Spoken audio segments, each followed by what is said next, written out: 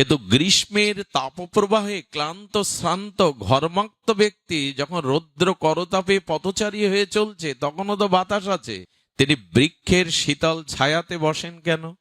বাতাস তো সবখানে আছে, বৃক্ষের শীতল ছায়াতে কেন তিনি বসেন?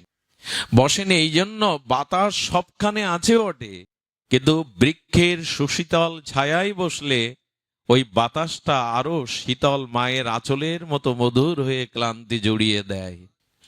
রাস্তায় পথচারী ব্যক্তির সূর্যের তাপে বাতাস পাচ্ছে, কিন্তু বৃক্ষের সুশীতল ছায়ে মায়ের আঁচলের স্নেহসিক্ততা, এটা বৃক্ষের ছায়াতে বসলেই পাওয়া যায়। রাস্তায় পাওয়া যায় কি উন্মুক্ত জায়গায়?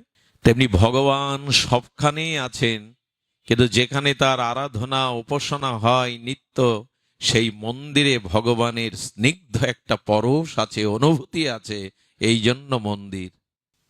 আচ্ছা, আমাদের মুখের যে বায়ু, বাতাস, এই বাতাসটা আপনি শব্দ করুন, বাতাসটা ছেড়ে দিন, মুখ দিয়ে